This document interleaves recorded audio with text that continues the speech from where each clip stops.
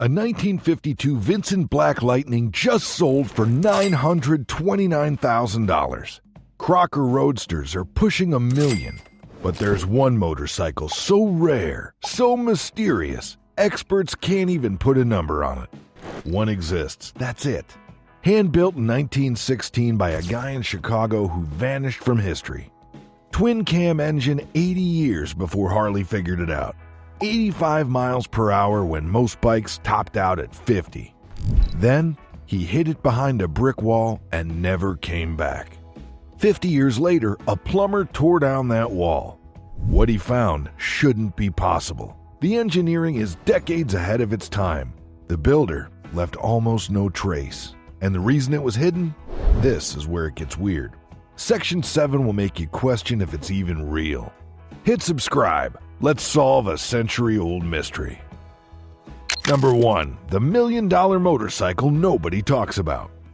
Rare motorcycle values 2025, the market where Vincents sell close to $1 million, Crockers push 7 figures, and one hand-built bike from 1916 has no price because nothing like it exists to compare. Bonhams moved a 1952 Vincent Black Lightning for $929,000. Clean, documented, production bike with known history. Crocker Roadsters? 75 total made between 1936 and 1941. They're approaching $1 million when they surface. Harley couldn't touch them. Indian got embarrassed. Collectors mortgage houses. Then there's the Traub. One exists. Not one surviving. One total. Ever. No company, no production run, no advertisements. Just a name painted on a tank with a motorcycle that, by all rights, shouldn't work the way it does. Here's the problem with valuing the 1916 Traub motorcycle. You can't comp it against anything, because nothing from 1916 was built like this. Twin-cam V-twin when Harley was still running flatheads. 3-speed transmission nobody else figured out. 85 miles an hour top speed that matches the fastest production bikes of the era. Built by one guy, in Chicago, in a woodshed behind his house. Vincent was a genius with a factory. Crocker had money and machinists. This was a toolmaker working nights and weekends who created something that sits in a museum today next to bikes worth $500,000 and might be worth more. Nobody talks about it because nobody knows about it. The discovery story is insane, the engineering is impossible, and the authentication debate in Section 7 will make you question whether this whole thing is real or the greatest motorcycle hoax ever pulled. Stay until Section 3. That's where we prove who built it. Number 2. 1967. The bike found behind a brick wall in Chicago. 1967 Barn Find Motorcycles, Chicago. The discovery that launched one of the greatest mysteries in American motorcycle history and stayed hidden for exactly 50 years. Suburban Chicago. Typical house. Plumber gets called for a leak. Standard Tuesday. The repair needs access. Wall comes down. Partially removed. Just enough. There it is. Motorcycle. Old. Covered in dust but intact. Sitting in a space that shouldn't exist. A secret room. A gap behind the basement wall under the front porch. Hidden so well that multiple owners lived in that house and never knew it was there. 50 years. 1916 to 1967. Walled up. Silent. Waiting. The plumber and the homeowner stare at it. No idea what they're looking at. The style screams early teens, that much is obvious. Board track era, leather saddle, skinny tires. But the name on the tank? Traub. Not Harley, not Indian, not Excelsior or Henderson or any name they recognize. Just Traub. Here's what makes the 1967 Traub motorcycle discovery legendary. The bike fired up with air in the tires and fresh gas like it had been parked last week, not buried for half a century. No seized engine, no rusted through tank. This thing ran. Former owners got tracked down. The story emerged. Their son stole it in 1916. Father was furious, made him enlist in the army as punishment. Kid went to World War I, never came back. The bike stayed hidden because the secret died with him in Europe. Tragic, dramatic, perfect explanation. Also, almost entirely false. Number 3. Who was Richard Traub, and why was he building this in 1916? Richard Traub, motorcycle builder, Chicago, the experimental machinist who built prototypes in his garage decades before anyone knew his name and disappeared from history with almost no trace. For decades, nobody knew. The name Traub on the tank was the only clue. No company records, no ads, no patents, nothing. Then researchers at Wheels Through Time started digging. Census records, draft cards, old letters to motorcycle magazines. Property records showing house numbers that changed over time in Chicago. Piece by piece, a person emerged. Gottlieb Richard Traub, born 1883, American, German descent, toolmaker by trade, lived at 1520 North Paulina Street, Chicago. Same street where the bike was discovered. Same property, actually. Chicago just renumbered the houses between 1910 and 1967. The bike was found in Traub's own house. He hid it himself. But why was he building motorcycles at all? Here's the answer. Richard Traub wasn't just tinkering. He was an experimental machinist obsessed with building the fastest, most advanced motorcycle he could design with his own hands. 1907. He writes to Motorcycle Illustrated. Enclosed, photo and specs of a hand-built 4-horsepower V-twin he'd been working on for a year. Nights and weekends, 7 p.m. to 11 p.m. Sundays too.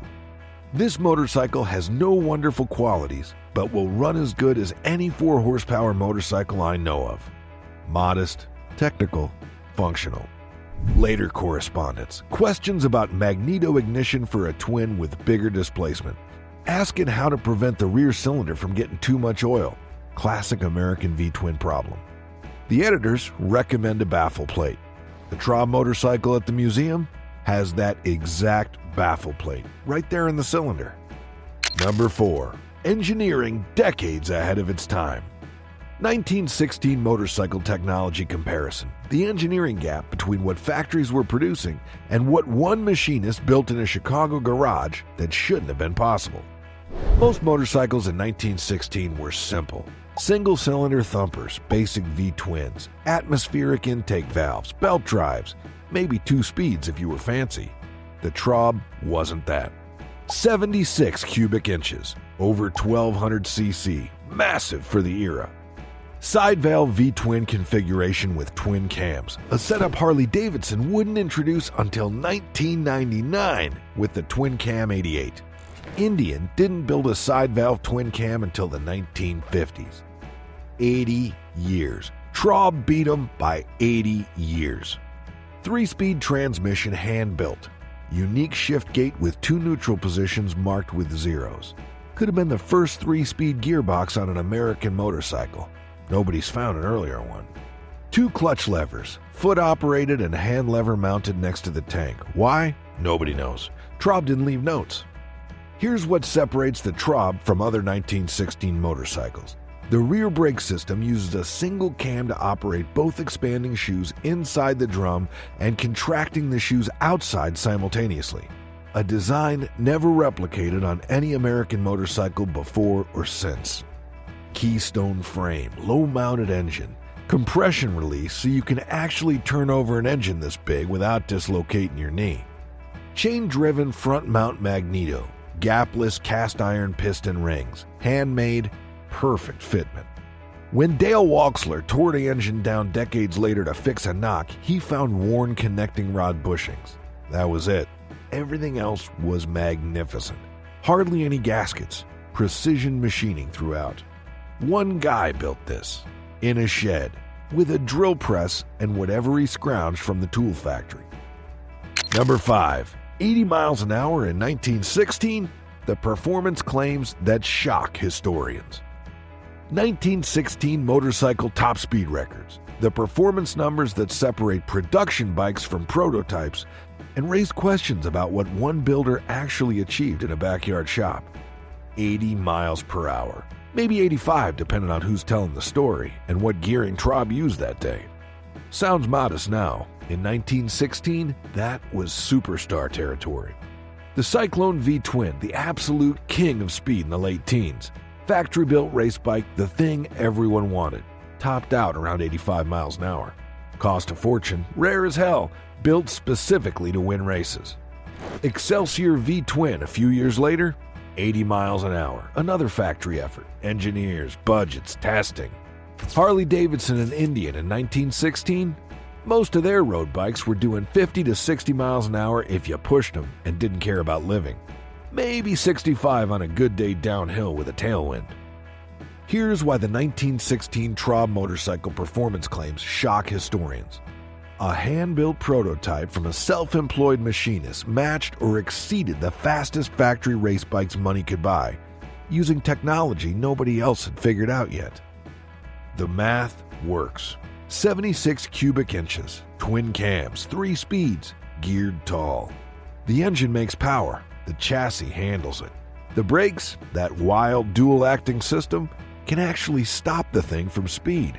But did it really hit 80 miles an hour, or is that number inflated by legend, time, and the fact that nobody was timing it with calibrated equipment? Dale Walksler wrote it, said it pulls hard, runs smooth, feels fast for the era. Historians see the specs and get skeptical. One guy, 1916, beating Harley and Indian? The bike exists. The engineering proves it could. Whether it did is the question nobody can answer definitively. Number 6. Why no records exist, and why that matters. Missing Motorcycle Company Records 1916, the documentation gap that turns authenticated machines into mysteries and separates production history from backyard innovation. No advertisements, no sales brochures, no dealer network, no factory photos, no incorporation papers, no business license for Traub Motor Company, no patent filings, no trademark registration. Nothing in Motorcycle Illustrated, Motorcycling, or Bicycle World. No mentions in trade publications, no race results, no speed records officially recorded. Just 2 letters to a magazine editor in 1907 and 1910. A photo of a motorcycle shop with Richard Traub painted on the front. A draft card listing experimental machinist. Census records showing he lived there. That's it. That's the paper trail. Here's why the absence of records for the Traub motorcycle matters. Over 100 American motorcycle companies existed between 1900 and 1920. Most left 0 documentations, and the ones we remember are the 3 that survived: Harley, Indian, Excelsior. Small builders worked out of garages, immigrants with machining skills, tool makers, gunsmiths, guys who could bore a cylinder and cast an engine in a backyard foundry. They built bikes for themselves, maybe sold a few to friends. No paperwork, no ads, just machines that worked until they didn't, then got parted out or forgotten. Most of those builders lost to history, their bikes scrapped, their names erased. Traub almost joined them. 50 years behind a wall. If that plumber doesn't get called, if that wall doesn't come down, the bike stays hidden. Traub stays unknown. The whole story dies. The lack of records doesn't mean it's fake. It means it's exactly what it looks like. One man's obsession that nobody photographed, advertised, or wrote about because it never left his garage. Number 7. The authentication debate. Genius prototype or elaborate hoax? Authenticating rare motorcycles without documentation, the forensic process that separates genuine period machines from modern fabrications, and the questions experts ask when paper trails don't exist. Some historians look at the Traub and see a problem. No photos from the era, no documentation, no other examples. One bike, one story. Specs that sound impossible for 1916. Twin cam engine 80 years early? 3-speed gearbox nobody else had. Performance matching factory race bikes? Built by one guy in a shed? The skepticism's fair. The motorcycle world has seen fakes. Rebodied bikes, modern builds aged artificially, stories that sound great until the metallurgy comes back wrong or the casting techniques don't match the period. So the question hangs, is the Traub real, or is it the greatest motorcycle hoax ever constructed? Here's what authenticates the 1916 Traub motorcycle despite 0 period documentation. The off-the-shelf parts date it perfectly. The engineering matches Traub's 1907 correspondence, and the metallurgy, machining, and design all test as period correct. Schebler carburetor, Bosch magneto, Troxel jumbo seat, period wheel rims. These aren't reproduction parts, they're genuine 1916 components that can be dated independently.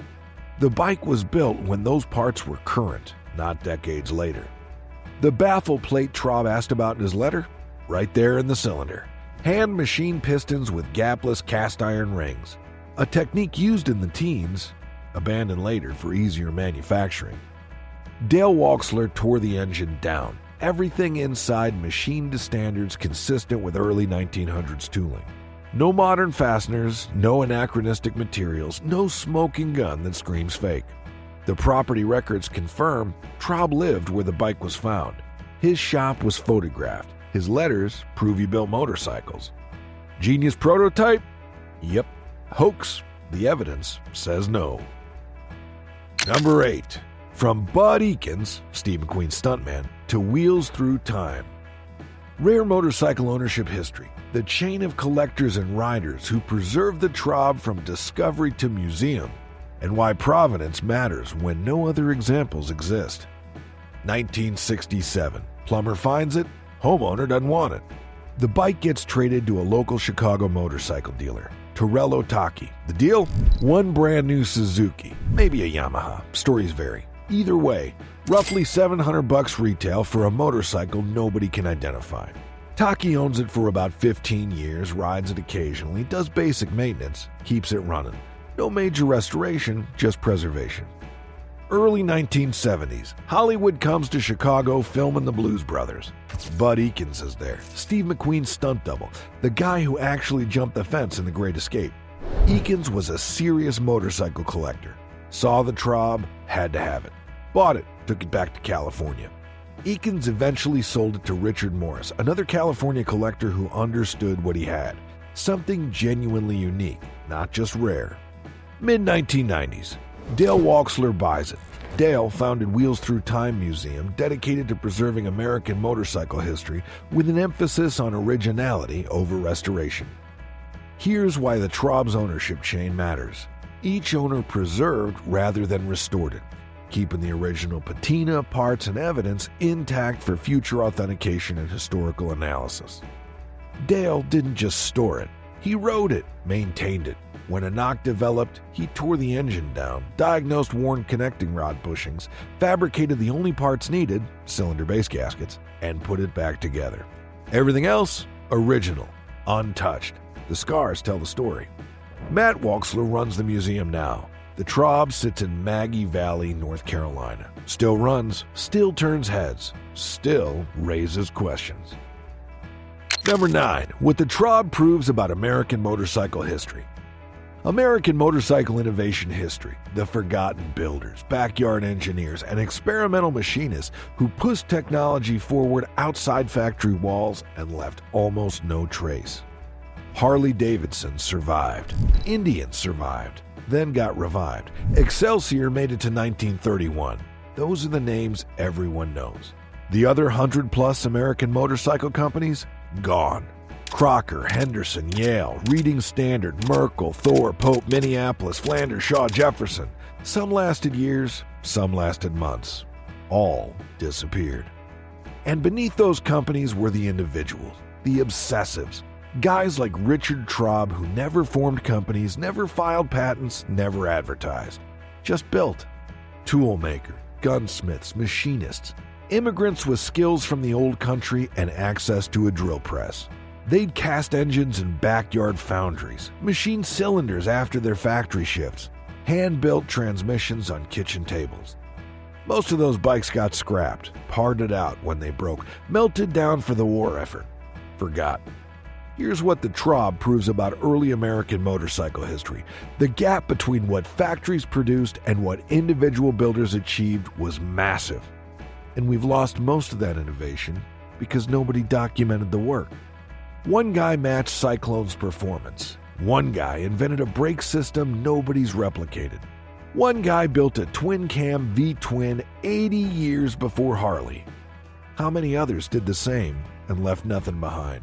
How many prototypes are still hidden in walls, buried in barns, rusting in forgotten sheds? The Traub survived by pure accident, pure luck, a plumber doing his job. Everything else we know about early motorcycle innovation, we're seeing it through the narrow lens of the 3 companies that lived and the few bikes that were photographed. The real story is bigger, wilder, lost. Rare motorcycles worth millions, but the 1916 Traub has no price because there's nothing to compare it to. One bike, one builder, one mystery that took 50 years behind a wall and decades of research to partially solve. Richard Traub built something impossible, hid it, and never explained why. The engineering is real, the performance claims check out. The story has more gaps than answers. That's what makes it perfect. Subscribe for more motorcycle mysteries and barn finds that rewrote history. No Instagram filters, just the machines nobody talks about.